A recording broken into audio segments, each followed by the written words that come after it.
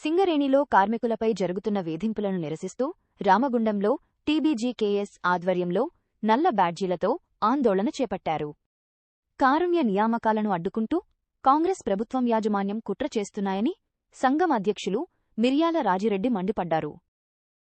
Vigilance విచారణల పేరుతో కార్మికులను భయభ్రాంతులకు గురిచేయడం సరికాదన్నారు. వెంటనే మెడికల్ బోర్డు ఏర్పాటు చేసి అర్హులైన వారికి ఉద్యోగాలివ్వాలని లేని పక్షంలో పోరాటాన్ని ఉధృతం చేస్తామని నాయకులు హెచ్చరించారు. ఈ మేరకు గని మేనేజర్లకు వినతిపత్రం అందజేశారు.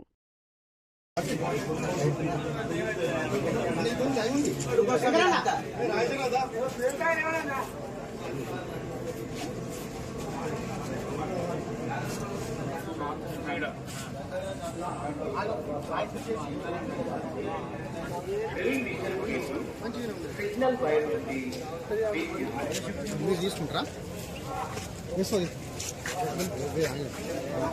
దీన్ని ఉదాహరించుకొని ఏం జరుగుతుంది ఏం జరగబోతుంది అనేటువంటి విషయాన్ని ఇలా మన రాజిరెడ్డి అన్న టీవీకేఎస్ అధ్యక్షులు మాట్లాడాలని చెప్పేసి అని కోరుతా ఉన్నాం. జై తెలంగాణ. జై తెలంగాణ.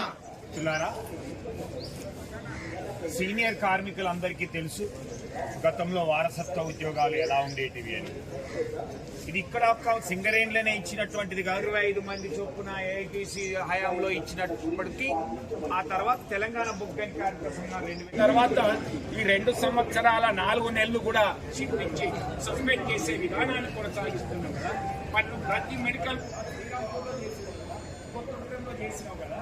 మరి ఈ యొక్క ఏసీబీ ఎంక్వైరీ విజిలెన్స్ కేసులు పరిష్కరిస్తామని, మారుపేర్ల వాళ్ళకు కూడా అవకాశం కల్పిస్తామని ఇలాంటి అనేక రకాలుగా కల్లిబొల్లి మాటలు చెప్పి కార్మికుల ఓట్లను దండుకున్నటువంటి కాంగ్రెస్ ప్రభుత్వం ఈరోజు వాళ్ళ నిజమైనటువంటి వాళ్ళ వైఖరి ఏంది అనేటువంటిది ఈరోజు స్పష్టమైంది అసెంబ్లీ సాక్షిగా. మెడికల్ బోర్డును వెంటనే కారుణ్య నియామకాలు వెంటనే